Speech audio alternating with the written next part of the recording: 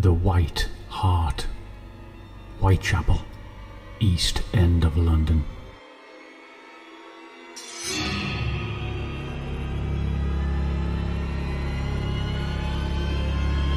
The pub has connections to the infamous Jack the Ripper.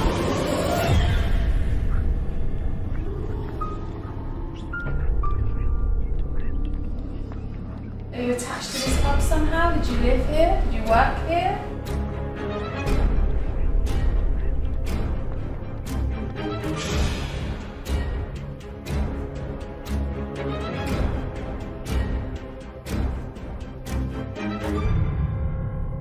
But back in Victorian times, in a back room in the cellar of this pub, a one George Chapman, a convicted serial killer, had a barbershop business.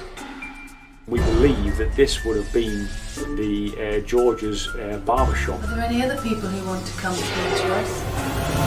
Maybe. 1888 was a dark year for Whitechapel, and at the top of what is now Gunthorpe Street, formerly George Yard, the first of many murders had been committed.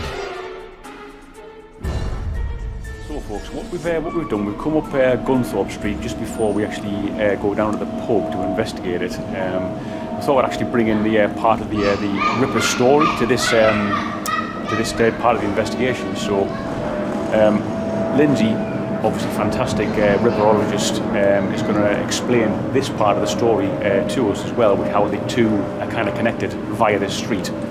So. Okay, so as Mark said, we're standing on Gunthorpe Street, where a lot of the tours start, the Jack the Ripper tours start, and we're standing roughly on the site here, on George Yard as it was known, where the old George Yard buildings used to be. Here's a quick picture of what the yard looks like. Okay, I'm sure Mark will do a close-up of that on another sequence. And then on this site, roughly where I'm standing, we're at George Yard building. It's a residential block. This was the old archway, which was roughly behind me, which used to be here. And this was the scene of a crime in August 1888, and on the 7th of August, on the first floor landing in the building now gone on this site, this is what happened. And in this image, this is a picture of victim Martha Tabram, who was stabbed to death 39 times on this first floor landing. She was discovered in the early hours of the 7th of August. And some people believe that Martha was an early Jack the Ripper victim. I personally don't, but everybody has their own different variations on the story and different ideas. But so this alleyway has been known for many years as a potential site of a Ripper victim's sort of demise, if you like. And literally at the end is where suspect George Chapman, people believed he was actually living in that pub in the White Hart in 1888, but we now know that's not accurate. He was not actually there till 2 or 3 years later. But still, the pub likes to sort of keep that mythology going, and you'll see signs and stuff if you come here and signs on the outside. But that's why one of the pictures inside mentions and shows Martha Tabram, and you'll see that in the footage very shortly. And that's the connection between Martha's death sort of here and the pub. Cool. Okay folks, so you heard what Lindsay had to say about it.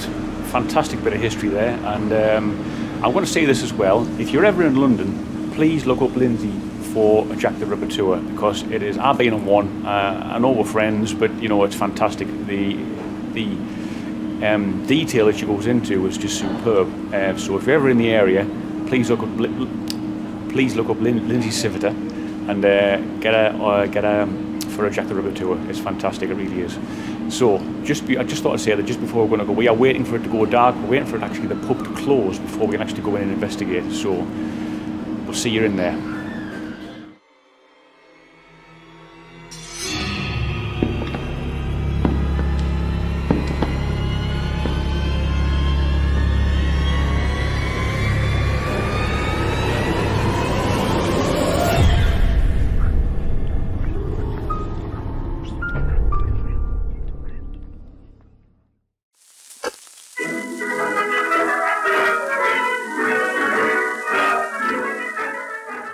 So I've been doing some research before tonight's investigation, and if any of you know the East End, this pub is located on the Whitechapel High Street, and if you've ever been on a Jack the Ripper walking tour, then you may know this pub. There's lots of connections and signs and things behind us and all the way around the pub, and on the exterior connected with the Ripper. It's right in the heart of Jack the Ripper territory here in Whitechapel. The building itself, the original pub, we think this has changed a lot over the years with renovations and things, but the original pub, on the exterior it says it was an ale house from 1721. The first document that I've been able to sort of find a reference for is 1723, so it's not far off. I'm not sure where the 1721 comes from, but it's 18th century definitely. Certainly, I'm just now looking at a mouse. What? A little mouse is just, he's part of the furniture, he clearly lives here because he's just come out and said hello to us, so there we go. Carrying on anyway. Yeah. So yeah, the pub's been here a long time. It's had different reincarnations and renovations and things, but one of its most famous residents, and we're going to go into the basement a bit later on, was Severin Kalowski, also known as George Chapman, who was a famous Jack the Ripper suspect. So we'll talk more about him in a bit. Yeah, so he had a barber shop in the basement here. He was here as an apprentice and then he sort of became proprietor, so we're told. So that's around 1890. But yeah, so we think that's possibly literally kind of where we are, underneath where we are right now. There was at some point a doorway going from the outside leading to downstairs to the cellar. We can't particularly work out where that was. It's just been reconfigured a few times, so we really don't know. But a bit of a mystery, the layout of this place, to be honest, even today. Yeah, as usual with buildings like this, they'll get chopped and changed quite often to suit the next owner. Yes. That's a nice link, because I actually have in front of us here a quite comprehensive list which I've compiled over the last few days through going through sources and newspaper archives of the most comprehensive list so far of all the previous landlords of the White Hart from 1801, that's the earliest I've found so far, going up to present day. So if when we use the Ghost app later, or any call outs or anything like that, we get some names coming through, if anything's relevant, then we can double check with the list to see if it may be the name of a previous landowner here, so landlord. Yeah, cracking.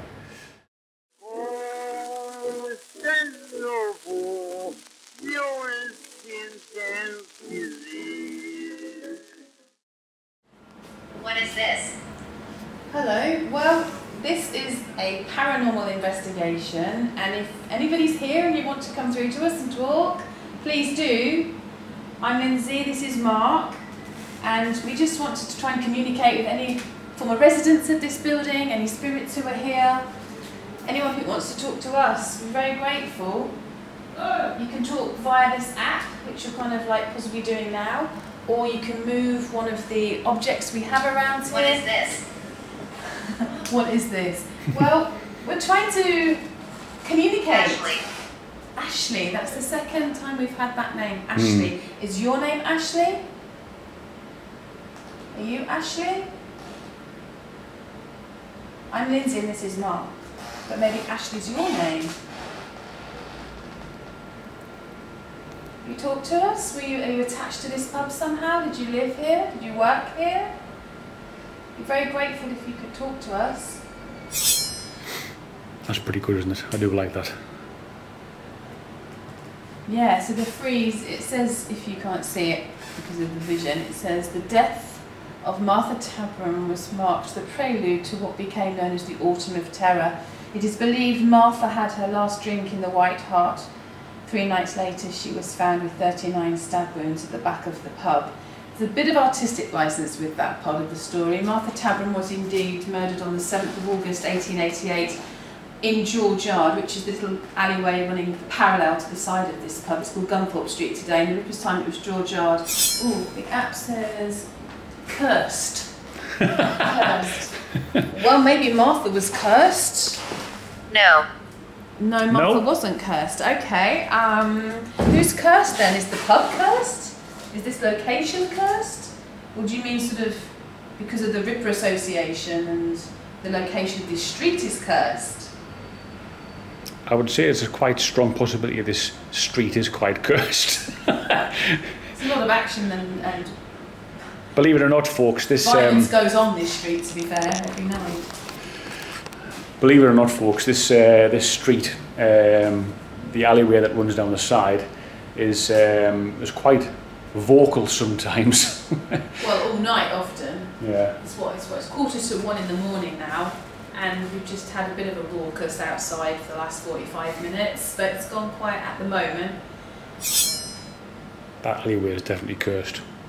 Maybe it's the alleyway that's cursed. Doctor. Ooh, interesting. Are you a doctor coming through to us? Are you the doctor? Are you referring to a doctor? Or maybe someone in the alleyway who's shouting a lot needs a doctor. If there are any spirits, and I'm not talking alcoholic ones, if there are any spirits that are with us right now at the back of this pub, maybe you lived here, maybe you worked here. If anybody wants to come through and communicate with us, please make a noise, a bang or a knock. Hell. On the ghost. Nice. Are you in hell? Or do you think this is hell where we are right now? So not having anything on any other equipment at the moment. No. What's going on? Ghost app has gone quiet. Has indeed. I've got a K2 down on here as well, and the reason why I'm not using it, we've done a bit of a K2 sweep of the area and in the toilet as well behind, and it does tend to go off a lot just moving around. Obviously you're in there, you're in a pub, there's lots of like Wi-Fi equipment around, and a lot of electrics, so that's why I've now just gone and turned the K2 off, because it's going to be I mean, it'll just constantly be on amber on that table. I've already checked it out. I'll even show you now if you want. There we go. You can see it's flickering there, green and amber, and after if I'm moving it up, disappears. Move it to the floor, it lights up. So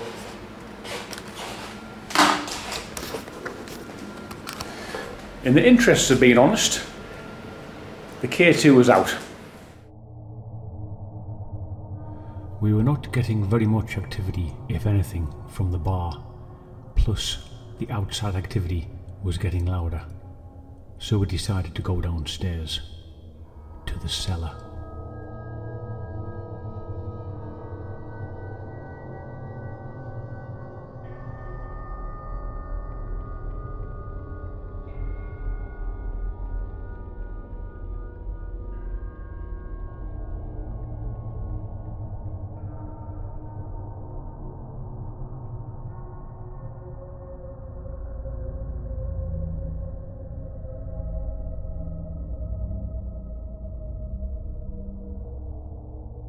Lindsay has unfortunately gone and cut her finger. Hey! Yeah. It's not too bad. I don't know, we can't take her anywhere. The sieve will live. Behind her, you might see that, if I can just point. Yeah. That old-fashioned, spring-loaded door closer there, because this is a fire door behind there. I was like, what's that? And she's like, what's that? And then before you even a chance to words get out of my mouth, that's a spring-loaded door closer. She went and got and trapped a finger behind it. We live and learn, folks. Yeah, we live and learn in the ghost hunting world. Yeah, and now she's there drinking her own blood. Right, we have come down here because towards the back of the pub, this would have been where, what's the guy's name again? George Chapman, who was the barber, not the demon barber of Fleet Street, that's for sure. Unfortunately, that demon barber of the White Hart and George Yard. But yeah, unfortunately, I always wanted the demon barber of Fleet Street story to be a true story, because it just sounded like something that could be true in ye olde East End of London, but unfortunately, it's not. Alas, no. Lots of myths from the 1800s upwards, really, all amalgamated from different countries as well. Right. Sweeney Todd, yeah. And I even went through the Old Bailey online on records, to find about this trial, which is about 1805 in the story. Didn't exist. Oh, hello, Mr. Ghost Chair. We are on a chair. Yes, the ghost tube just said chair. Yeah. We are indeed sitting on well, stools. Stools. In this very tiny little room. Yes, it is quite. I'll just pan you around here quickly, but you can see it's very, very tiny, and I mean, it is tiny as hell. It really is. The one next door is the slightly bigger room, but the only reason why we're coming here, you see what the ghost room app is actually, the ghost, or my phone is was resting on, is these little. Well, they're walls, aren't they? They're walls. Brick walls. It's like a Brick pen, walls. like an animal pen. Yeah. It's very strange structures. So you can see that there. I mean, obviously in between the two would have been a gate, I would imagine, at some point. I can't see any reason why there wouldn't have been one. Well, obviously a lot of boxes and stuff there now, but... As I said when we were discussing earlier, you know, in this area in Victorian times there were a lot of cellars containing animals because there were so many slaughterhouses in this area. So it is possible that at one point, when in its first foundation, sort of as an ale house or an inn, certainly in the 1700s, they would have possibly kept, you know, some sort of animals in this very basement here. So that is actually plausible, not necessarily in the later 19th century, but certainly earlier on. Definitely, we had the big famous hay market, the Whitechapel hay market outside. This was a big farming area, really, in Wow. the 1600s and 1700s. It's on the periphery of central London, so this was all a village, really. Ah. The Whitechapel hay market got shut down in the late 1920s because of the traffic being, it was just chaos outside on Commercial Street. We've got photographs of it, because you've got the hay wagons still coming in, and plus you've got these things called trams, and the two kind of don't go together. No. So the horses and the carts were still around, but then the trams started to take over, and the widening of the roads were happening, and the market... the market had to go, unfortunately, and it was a shame, because there was hundreds of people signing petitions to save the market in the 1920s, because it had been a market, the hay market of Whitechapel, from the 1600s, and many of the families who were still in the 1920s had, you know, generations and generations had worked at the market. So there were families' lives changed forever, really, when that market went. And because this pub was literally on Main High Street where the market was, I found adverts where they were actually buying and selling hay from various, you know, salesmen and wholesalers, and you would come to this pub to look at catalogues talking about the hay. I mean, it's quite fascinating. So it's very much a farming place, so you can imagine, therefore, pigs maybe and other sort of smaller animals kept in the places where they then slaughter them and then maybe serve the food or whatever, who knows. That's mad. So would there have actually been... Could that wall have actually not even been there, and it was just like a route out into the... They wouldn't have enclosed them down here, would they? Well, why else would you put this structure down here? That's what I'm saying. We've got records of, like, animals actually being kept in pens in the cellars, and people sleeping in the cellars with animals sometimes. Mad. I'll tell you what. What I'm going to do, folks, I'm going to get the spirit box out of here. We'll have a go on that, see if we can pick up anything on the spirit box. Alright, back in a bit. After reviewing the spirit box recording, I found nothing of interest at all. So it's on to the final room, where we believe convicted serial killer George Chapman had his barber shop. Right, folks, you might be wondering why I'm wearing this funny thing on my head, but we are about to do an ESTES method. We are now in the basement, in the bigger room. You can probably see all these upturned stools. That's where all the broken bits and pieces of the pub come. It's a bit of a storeroom at the back of the place, and we believe that this would have been the George's barber shop. Most would have been at the back of the building anyway, and there probably would have been a door or stairs leading out there at some point, but obviously that's all been blocked up a long time ago.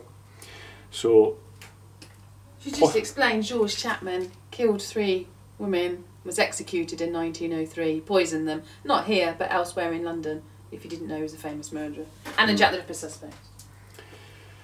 That is why we've come here, really, to see if we can kind of, well, not so much conjure up the spirit of George Chapman, but to see if any kind of residual spirits reside here because of him, or him himself.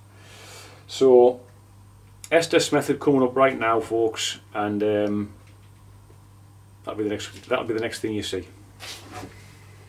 If there are any spirits in this basement, if you could come forward and communicate through the box which Mark is attached to, speak through the box so that we may be able to communicate with you, please do. You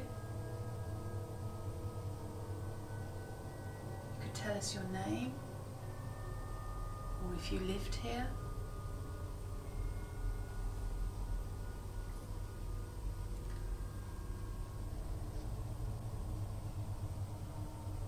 George Chapman, if you have any connection with this pub still, if you're still here.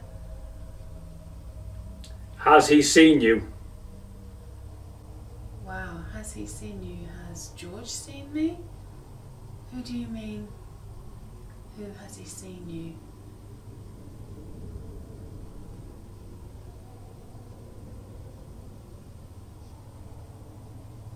George Chapman, are you connected here still?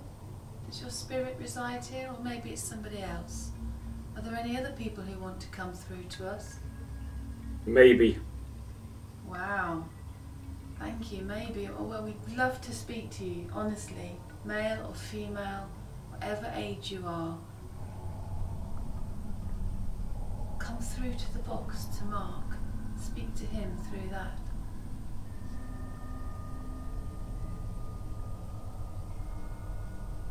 Please don't be shy. We're not here to harm you. We're just here to communicate. Don't. Don't communicate? You think that's a bad thing?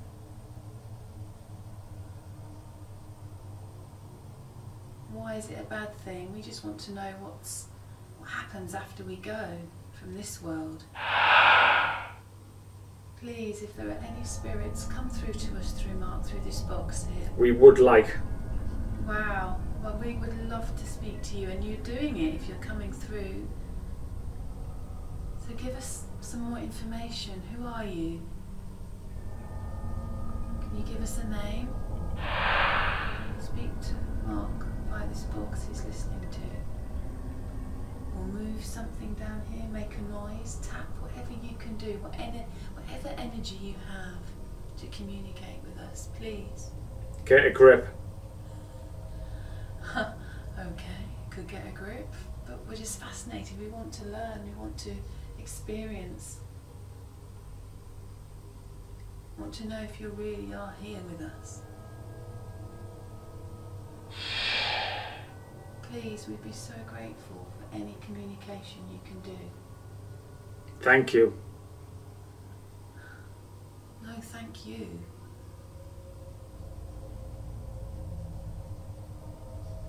Don't be afraid, we're not here to harm you, we're just here to learn. George Chapman, if you can hear me, can you come through to Mark? We know you lived in this building.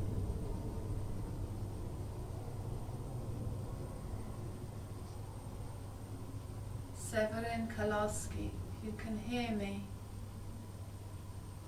George Cross, the landlord in 1888, if you're here, if you can hear us, come through, please.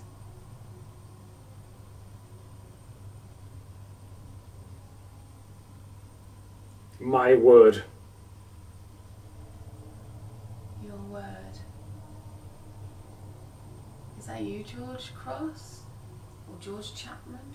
Do we have a George here? My word, does that mean you're shocked? Surprised that I know your name?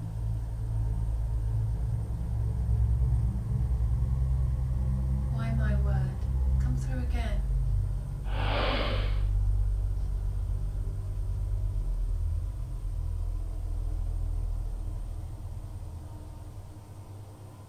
George Cross, can you hear me?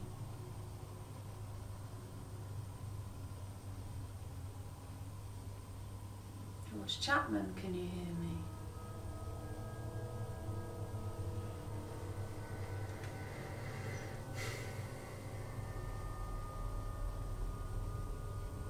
Are there any female spirits here who used to work here?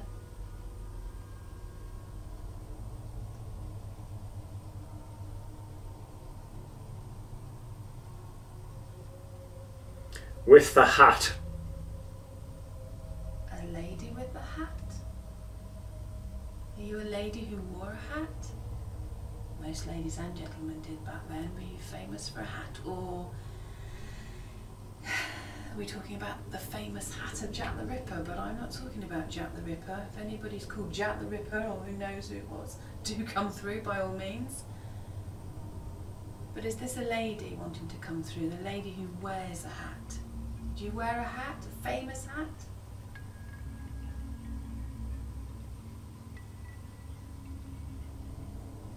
Can you describe the hat? Are you ready? I'm ready, yes. I think Mark is too. Ready for what? Going to appear? Going to communicate with us? What would you like to do?